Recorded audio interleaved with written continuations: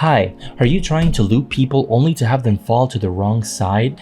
Act before you can punish, and other mistakes of the like? Hello everyone, this is Mitten with a video guide on how to actually use Pikachu's hardest combo, the Nair loop. This video will be mentioning everything you need to learn to start applying Nair loops against strong players like ShinyMark does. Here it is Smash Build, and he has been hitting those Pikachu combos very constantly throughout the bracket here at Smash Factor 9, and Glutamine is in the receiving end of a huge punish. This video is aimed towards both experienced Pikachu mains and any player who is knowledgeable in advanced concepts and topics, so if there's something you struggle with understanding, feel free to leave a comment below. Also, for those of you that stick around, I'll be dropping resources, charts, and homeworks around the progression of the video, so you can use it not only for Pikachu, but for your character as well. So without any further delay, let's get into it. Pikachu's Nair loop is their hardest tool due to many variables and factors that will happen every game, which you'll come to see as the video progresses. The most important aspect of this combo is not the raw damage output it can deal, as many believe, rather the flexibility it gives Pikachu after initiating it. This combo actually does everything for Pikachu. The frame advantage Pikachu gains post Nair drag down is enough to combo start with nearly every combo initiator Pikachu has, allowing the rest of his toolkit to shine. You can deal as much damage as you need, from 0 to theoretically 80% or more, and then choose where you want them to end up, whether in a juggle, a ledge trap, or an edge guard. This freedom of choice is a driving factor for Pikachu's volatility with their combo game, since their advantage is as strong as it is thanks to Nair drag downs and the way down throw works. Are you fighting a character that struggles at recovering off stage? Do a Nair loop until you reach a percent threshold that makes your recovery a 50-50 and score a Gimp with one read. Your opponent can't get off the corner versus Pikachu, but doesn't mind getting edge guarded? You can do the same, only staying at the ledge and now ledge trapping them, ensuring continued damage until they mess up once, and now your edge guard is guaranteed. Are you fighting a character that can't deal with Pikachu's up tilt or up air? Resume the loop for as much as you can and finish it off with up airs, and keep the juggle going. The key here is to then force a bad disadvantage option such as an air dodge and frame trap them with a landing Nair, which should lead into something strong. There's a lot more nuance under Nair loops and their flexibility, but for now, let's stick to how to actually do them. Now before we start, let's get the quick numbers out of the way. These numbers were tested on Bayonetta, since if you miss by one frame, you're lightly getting bats within, therefore getting hard punished. There's other characters that can also do this, such as Duck Hunt, Snake, among other characters, but I just decided to test with Bayo. So, according to the chart, landing with Nair drag down gives you 9 frames of landing lag. Meanwhile, the opponent is actionable after frame 19, meaning you have a 10 frame window at the bare minimum to input a follow-up after the drag down. Now this might seem like a lot at first glance, however you're going to see that including all the variables I'm going to explain later, it might not be that simple. Now, to get the other information out of the way, now that you understand how the chart works, you can pause the chart and you can see what the numbers mean. But for now, the most important part is that at 0%, you have 17 frames of frame leniency, meaning you have 17 frames to do something, all the way to 90%, where you're going to have 24 frames of leniency to do something in between these moments. So you have at 90%, you nearly have a half second to act out. Now for up tilt, from 0, you have a 10 frame leniency, which is extremely frame tight, and then 90% you have 24, just like down throw, which means you have as much frame advantage on up tilt, such as down throw post hit. This is where the difficulty of the Nair loops actually begin, since there's about 5 key factors that I found as to why you miss the Nair loops. Now if there's more factors found or that you know of, please comment them below, we're all here to learn. Now the first factor is reaction time, what you look at. So the first thing to look at is the DI line. So the DI line is the blue line that spawns on the character's center, indicating the DI option they opted for. Depending on the amount of hit stun the opponent has, this is 100% reactable. Some examples of reactable DI lines are Zirzoot Samus's Nair or down smash, Calzia's Electric Wind God Fists, Pikachu's down throw, which is what we're mentioning, among other options. Now, Learning how to react to the DI line is the first step to getting consistent loops. However, most Pika players cap their Nair loop skill to just reacting to the DI line, thinking that's all there is to it. If it was that easy, every capable Pikachu would be consistently landing 80% loops, as easy as causing a player 0 to death their opponents.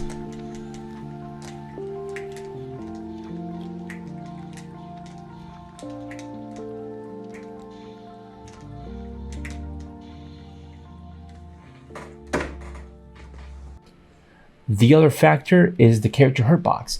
The way the hurtbox shifting works is if the majority of the back hurtbox collides with Pikachu's body, it will shift to the opposite side, making it cross up, because Pikachu's hurtbox is pushing the opponent's hurtbox away.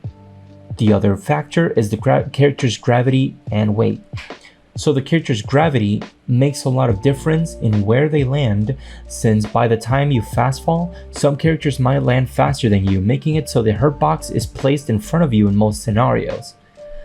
The lower the gravity in comparison to Pikachu, the more likely it is for the hurtbox to go over your head and cross you up.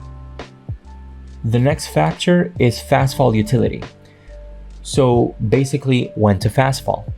If you fast fall in between the first hit to the second hit of Nair, this is known as an early fast fall. If you fast fall in between the last 2 hits of Nair, this is known as a late fast fall. For those of you that don't know, Nair has 4 hitboxes. So if you fast fall between the first 2, again early, and if you fast fall between the last 2, again late. These fast fall timings are probably the most important base knowledge when it comes to knowing why the Nair loops miss or not, since they influence how the opponent lands behind you. Landing behind. Why does this happen? So this is the main issue for a lot of players when it comes to Nair looping. The lack of understanding of when the opponent will land behind, or the ability to react to the same. Most times it's a combination of both.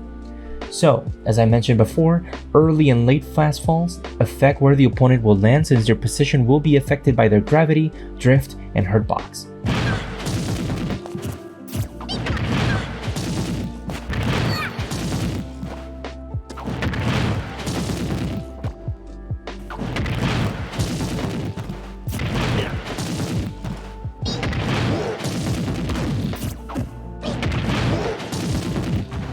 Now for special cases, some characters have specific hurtbox changes that affect how the loops should be done.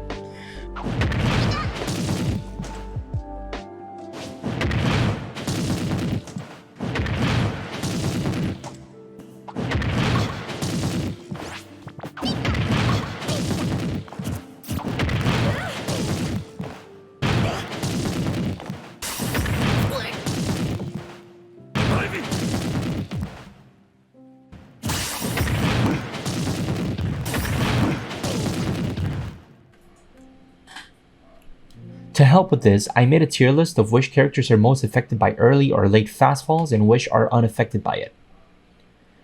And the final factor is character SDI. So SDI mix-ups. The opponent can use SDI to counter the loop. In reality, Pikachu can always play around any SDI mix-up, making the combo completely true. So in practice, what you're really doing is making the execution barrier for the Pikachu as hard as possible by putting them through as much execution checks as possible.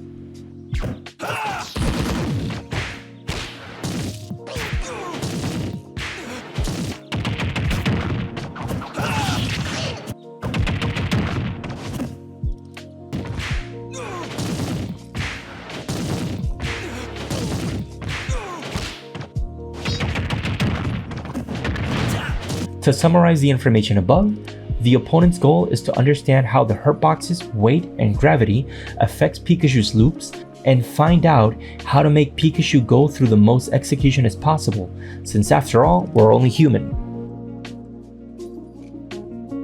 Alright, now that all the theory is out of the way, let's talk about practice. In order to execute the Nair loop, you have to either grab or anti-air your opponent.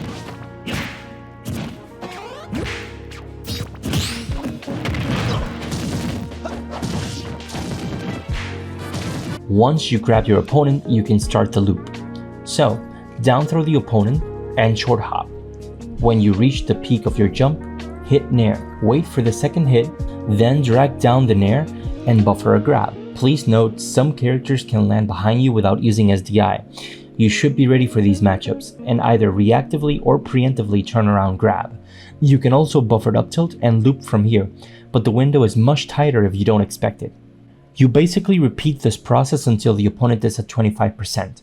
After 25, you can reliably up tilt loop by default, where the process is pretty much the same with the exception that it is much more preferred to hit the front hitbox of the up tilt to ensure the opponent doesn't shield due to the 10 frame leniency Nair has, as explained before. This is it for base level Nair loop information that most Pikachus already know. As previously explained, the frame leniency being frame 10 means we have a 3 frame window to turn around and up tilt in order to get a proper turn up tilt. The reason why front up tilt misses is that the frame 11 through 13 hitboxes are the ones that connect well after the opponent has landed. Meaning, if the opponent isn't already very close to the opponent, the later hitboxes will miss, and if the opponent has either a frame 1 or 3 escape option, they can just shield. This is why the turn up tilt is important, since the frame 7 hitbox will connect as the opponent is still stuck in the drag down animation. There's also a way to buffer up tilt by holding the upwards diagonal angle of the L stick and holding the A button after the end of a move's animation, such as fast falling Nair, dash attack, among other options. This basically lets you react to SDI, fast fall, and already buffer the turnaround up tilt without much execution. Angle locking. With down throw, DI away will launch them in front of you, meanwhile DI in will launch them in place. With up tilts, DI away will launch them in place, meanwhile DI in will launch them behind you. The knockback for up tilt is less than down throw, making it easier to combo with loops or other confirms. However, due to it being a little bit harder to react to, the confirms will be much tighter. Understanding this, you can keep the opponent in an angle lock based on the Nair loop route you choose, forcing them to either take the loop damage as best case scenario or lose a stock for DIing incorrectly as a worst case scenario. A good point of reference is if you don't have stage control and you want an interaction with a starter, make sure it either initiates or follows up with up tilt. This ensures that wrong DI will be hard punished in some way, since they'll be launched outside the stage rather than inside. Now, if you have stage control, make sure the interaction 1 initiates or follows up with down throw for the same result. And now for the SDI counterplay. Very few characters can realistically escape Nairs through SDI. As far as my knowledge goes at this moment, Toon Link and Steve are the only ones that can escape Nairs using SDI up. All others are forced to SDI to force an execution check on Pikachu. This means that if the Pikachu knows their routes, your SDI counterplay, and have the execution to cover for them, they should be getting at the bare minimum around 30 or 40%, all the way to 80 or 90% depending on the finisher. Now again, depending on the finisher, the stock could be gone as well. The trick to SDIing is to land as ambiguously as possible to force the Pikachu to go through as many execution barriers as possible. This means forcing Pikachu to turn around grab, turn around up tilt, grab in place, react, play around DI mix-ups, react again, and play around SDI mix-ups, etc. There's a lot of variables that you can force the Pikachu to go through. Make sure to burn through as many as you can. Note again that up tilt generally covers for all mix-ups, which is why I again accentuate the importance of learning up tilt conversions. Now for combo routes. Now we're going to talk about loop routes. In some matchups, you would rather go for positioning over damage routes. These are position traps where either they are forced to take a lot of damage or drift off stage. Your win condition here would be them drifting off stage, so you can bridge, spike, or aim for a gimp. Now, damage over position routes, generally these are routes that are more relevant in matchups where it would be harder to gimp or edge guard, so you leave them at the higher percents to then look for ways to get a stock from there. Now, what is the best route? The best route, theoretically, is the Nairloop to bridge 0 to death. This can either lead into fair killing or you're looking for an edge guard 50-50 that leads into the stock or a gimp. This is, however, mostly feasible in flat stages or with special tricks that I will get into in a bit. how to manipulate where the opponent will land. So there's multiple ways to manipulate how the opponent will land, whether you want them to land behind or in front. These are some ways that I found how to do it. I'm sure there's many more ways, but we just haven't gone there yet. Now, the first way is using the L stick to diagonally drag down your opponent. So if you fast fall holding diagonally down, you will fast fall while drifting to the diagonal direction. This is especially good if you react to their SDI, meaning if they SDI to the left, you drag down diagonally to the right. This makes it so the cross up is guaranteed and you can buffer up tilt afterwards. Hard drifting. If you jump into a direction, Nair, and follow up with the same direction, you will have a stronger drift during the multi-hits. However, this timing is very hard because it is the same timing as up tilt into Nair loops at 0%, meaning you have a 10 frame leniency. This is mostly meant to get the opponent away from platforms, since most players will drift or SDI to platforms to attempt to escape a combo. Using most characters, this would cause the opponent to fall out of the move, but it is very hard to fall out of Nair even if you wanted them to. Pikachu busted, I guess. The other method is using the L stick to diagonally drag down and mixing hard drift. So it's a combination of both. So you use a combination of both previous options to maximize the potential of the opponent landing in the direction that you want. The final method is C-stick fastfall for ease of use. So using the inputs mentioned below plus C-stick fastfall buffering will allow you to control the drift and buffer fastfall whenever physically possible while minimizing the needed inputs. In practice for the C-stick fastfall, all you do is hit Nair, then right after hold down or diagonally down, and while keeping the DL stick downward, so while holding down, press C-stick up once or twice, and it will buffer a fastfall at the earliest frame possible with the least execution needed.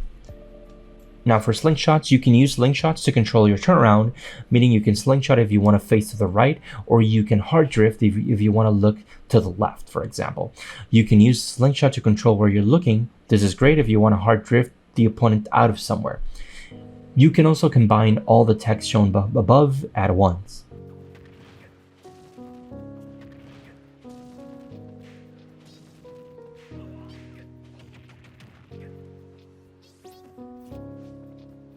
Alright, that is it for the video. If you enjoyed it, please leave a like and subscribe.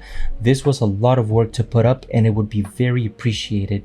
If you want more content like this or for me to cover different characters, feel free to leave a comment below and I just may get into it. For everyone else that made it to the end of the video, thanks so much for watching and stay safe.